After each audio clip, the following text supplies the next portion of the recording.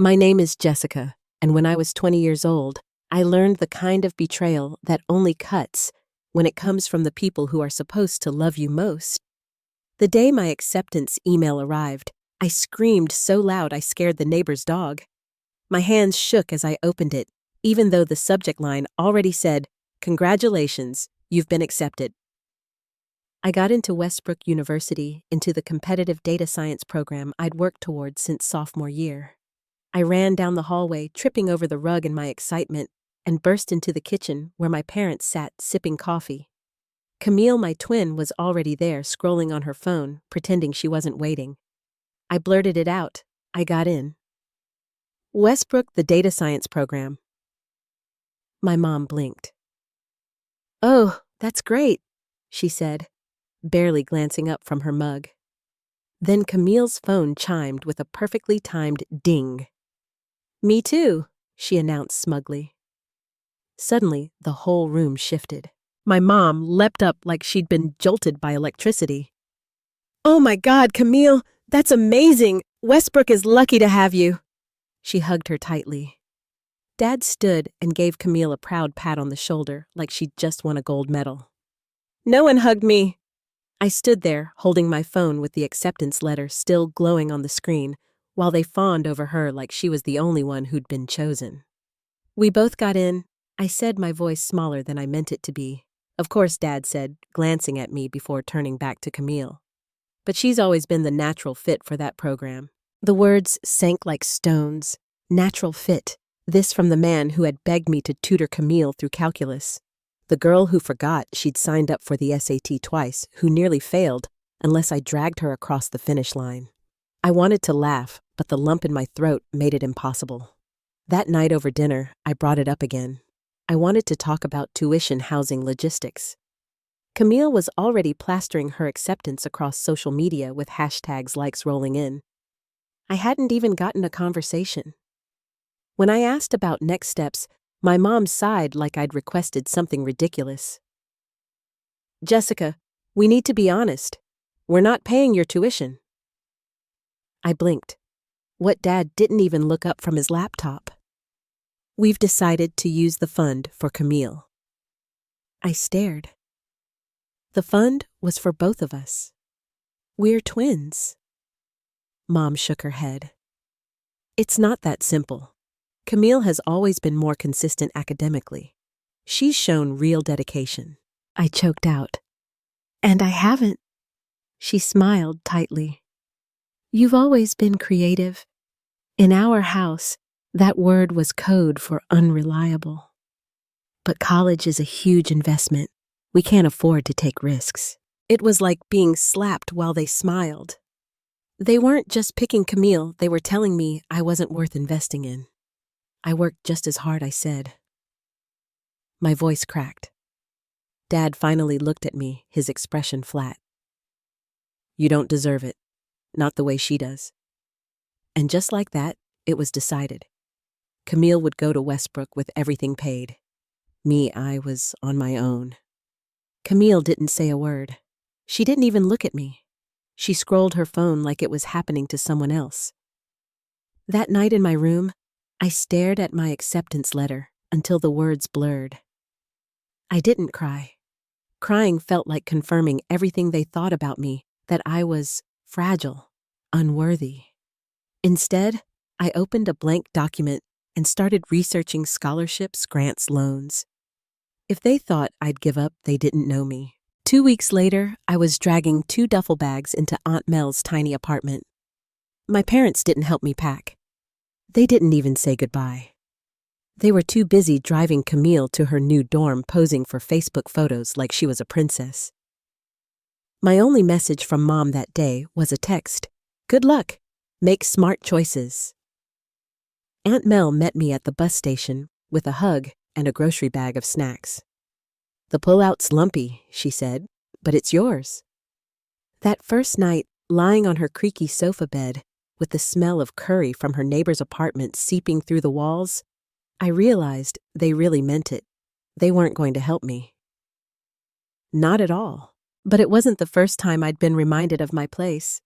Camille and I were twins, but only technically. We were born 43 minutes apart, and I was always 43 steps behind.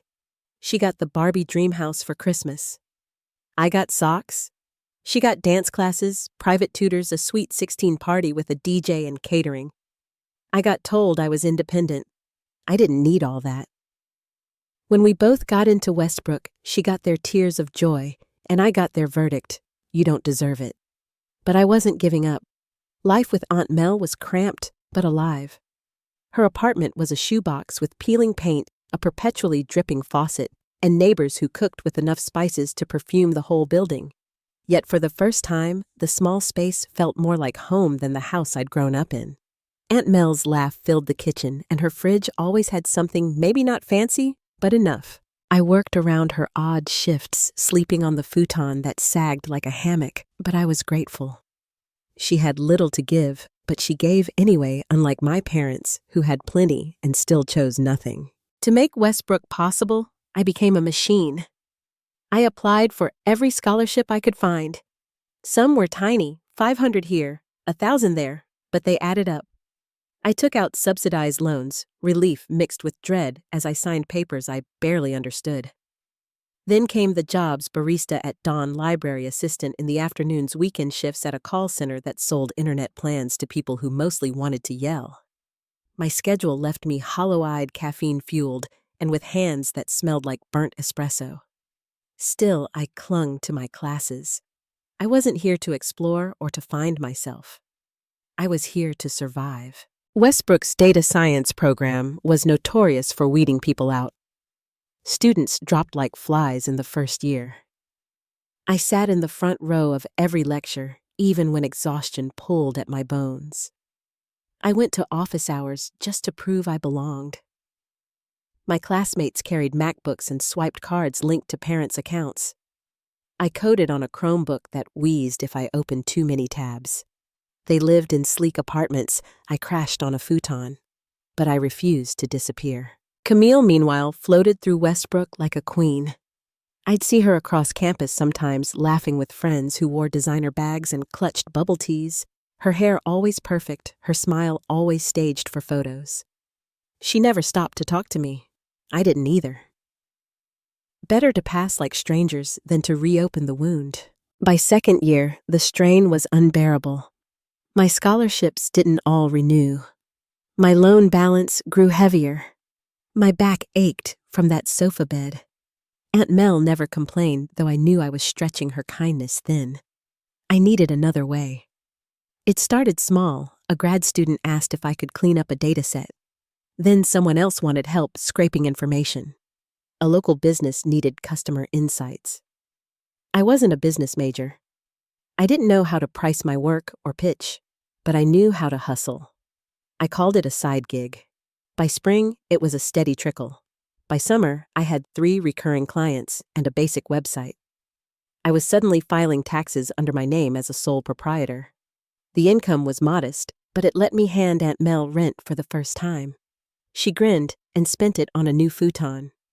"If you're going to crash here, you shouldn't wake up shaped like a question mark," she said. I cried quietly that night into my pillow. When I finally scraped enough to move into my own studio, it was tiny, top floor, no elevator window, facing a brick wall. But it was mine. The first night, I sat on the floor eating noodles out of a paper cup, breathing in the silence that belonged only to me. I felt proud, a fragile kind of proud, the kind you hold carefully so it doesn't break. Meanwhile, Camille was still the golden child. Our parents wired her money every month. I assumed it covered her rent, her tuition top-ups, her endless spending. They never called me, never visited. My mother's Facebook was still full of Camille's study selfies, parties, trips. I didn't exist there. Sometimes in the library between reshelving books, I'd see her posts trending among mutual friends, and I'd feel that familiar sting. But I turned my phone face down and went back to work. Then came the knock. It was a Wednesday night. I had just finished a client call and was microwaving leftover stir-fry when 3 sharp knocks rattled my door. My parents stood in the hallway, stiff and pale. My stomach dropped. They hadn't come to apologize. They hadn't come to see me after nearly 2 years of silence. They had come because something was wrong. "It's Camille, Mom," said voice brittle. "We haven't heard from her in over a week." Dad added, "She hasn't answered calls. Her roommate says she's barely home. They wanted me to help." I folded my arms. "Why would I know anything? We don't talk." They exchanged glances. Then Dad pulled a folded letter from his coat. I read the words twice. Final notice, outstanding balance, past due rent, over $4,000, immediate payment required. My head spun. "I thought you were covering her rent," I said. Dad's jaw clenched. "We were. We sent her money every month. You assumed she was paying?" I finished. Mom's face reddened. Apparently, she used it for other things. Clothes, trips. We didn't know. Of course she did. They had wired money blindly like a broken vending machine, never questioning, never holding her accountable. So now what I asked, "You think I know where she is?" "She's your sister," Mom pleaded. "You could help." I laughed, bitter and sharp. "The sister you chose over me? The one you paid for while I worked 3 jobs?" That sister Dad snapped. "That's not fair." "No," I said, "but it's true." The silence stretched. Behind me, the microwave beeped. My rice was ready. "Good luck finding her," I said, handing the letter back. For once, I didn't waver. I wasn't their backup plan. They left, but their absence didn't bring relief. It brought a new storm. I thought that was the end of it. I'd shut the door, drawn the line, told them plainly I wasn't their safety net. But trouble has a way of circling back, especially when the people who once ignored you realize they might need you after all. 2 months later, I was invited to speak at a youth entrepreneurship panel. At first, I wanted to decline. Public speaking made my stomach twist, but my mentor insisted. "People need to hear how you built something from nothing," he said. What I didn't know was that a small business magazine had profiled me the week before.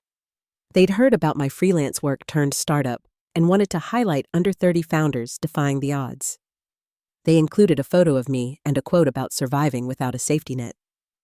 The article made its way around social media, eventually landing right on my parents' feeds.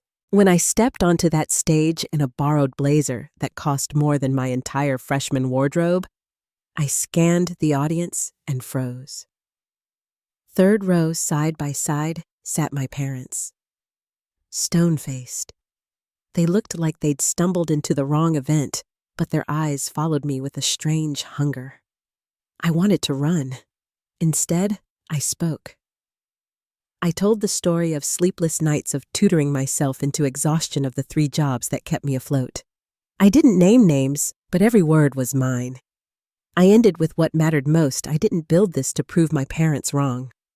I built this to prove myself right. The applause echoed.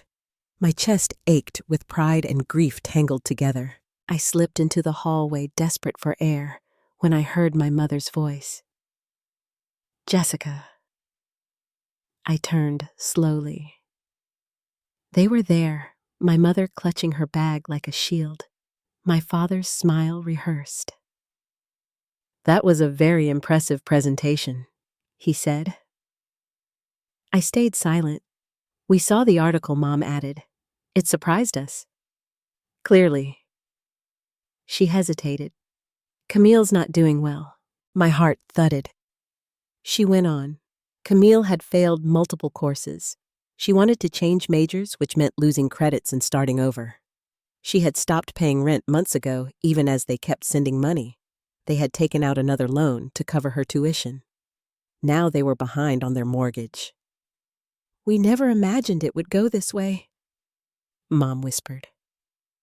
Dad looked at me with a strained expression. "We're asking for help, just until things stabilize." I blinked. "You're serious?" "You're doing well now," Mom said softly. "We're not asking for much, just enough to cover Camille's tuition going forward, and maybe a little toward the house." I laughed, sharp and bitter. "You're asking me to pay for the degree you wouldn't let me pursue, for the daughter you chose over me?" Dad's face hardened. That's not fair. We did what we thought was right. No, I said you did what was easy. You picked the child who made you look good. And now you want me, the one you cast out, to fix it. Mom flinched, maybe from the truth more than the words. We're your parents, she whispered. We're your family. I shook my head. No. You were Camille's family. I was just there. Dad snapped. You think you're better than us because you made some money. I met his eyes. No, I think I finally see things clearly. They left, retreating like shadows. But they didn't stay quiet. A week later, I saw screenshots of my mother's Facebook post, vague but sharp, about children who forget where they came from. Relatives whispered I was ungrateful, that I had abandoned my family. For once, I didn't rush to defend myself. I let the silence stand. But then the article was reprinted in a bigger publication this time, with a line from my speech: building without a safety net doesn't make you weak. It makes you unbreakable. Messages poured in from strangers, students cut off from their families, first-generation kids hustling to pay tuition, people who saw themselves in my story. So I told it fully this time. I posted a photo of myself in a cap and gown outside the university building, where I never got to walk the stage. I wrote, my parents paid my twin sister's tuition in full. They told me I didn't deserve mine. I worked 3 jobs, slept on a couch, and built something anyway. I wasn't trying to get revenge. I was trying to survive. And now, I'm building ladders for others, not bridges for those who let me drown. It went viral, and for the first time, I wasn't invisible. The ripple effect of that post was more than I could have dreamed. Invitations came in from podcasts, from conferences, from organizations that wanted me to talk to students who thought their dreams ended where their money did. I didn't call out my parents by name, but everyone close enough knew. The story wasn't about them anymore. It was about the thousands who messaged me saying I thought I was the only one. With the income from my growing company, I started a scholarship fund. Not in my name, not for recognition, but for students like me, first generation, cut off, overlooked. I wrote the mission statement late one night at my kitchen table, because no one should have to prove they deserve an education to the people who should have believed in them all along. Meanwhile, word trickled back through distant relatives. My parents had lost the house. Camille had dropped out. She moved in with a friend working retail to scrape by. They told everyone I'd abandoned them, that I was selfish. But the truth lived online now, and the truth had a louder voice. I stopped checking their updates. My life had already moved forward. Yet sometimes late at night, I wondered if I had done the right thing. Had I been too harsh, too final in shutting the door? But then I remembered the girl I had been at 20, clutching an acceptance letter while my parents smiled at my twin. I remembered the way Dad said flatly, "You don't deserve it." And I knew. Walking away hadn't been cruelty. It had been survival. The last time I saw them was at another event years later. I was speaking about resilience, about choosing yourself, even when those closest to you don't. I caught their faces in the crowd, older, wearier, still stone. They didn't come up afterward. Maybe they finally understood I wasn't theirs to claim anymore. Looking back, I realized something simple but heavy. Family isn't about who shares your blood. Family is who shows up when the world turns its back. Aunt Mel, who gave me her couch. Professors who saw my determination. Strangers who donated $10 to my fund because they believed in kids they'd never meet. That is family, and that is enough. So, if you're listening to this, and you've ever felt like the people who should have lifted you up only pushed you down, know this: you are not what they decided you were. You are not their verdict. You are what you choose to build after. I never finished college. Neither did Camille. But there's a difference. She dropped out because she couldn't keep up. I left because I had already outrun the life they told me I didn't deserve, and I have never looked back. If this story resonated with you, don't forget to like, share, and subscribe for more stories like this. Leave a comment below. I'd love to know where you're watching from and if you've ever faced something similar. Let's talk about it.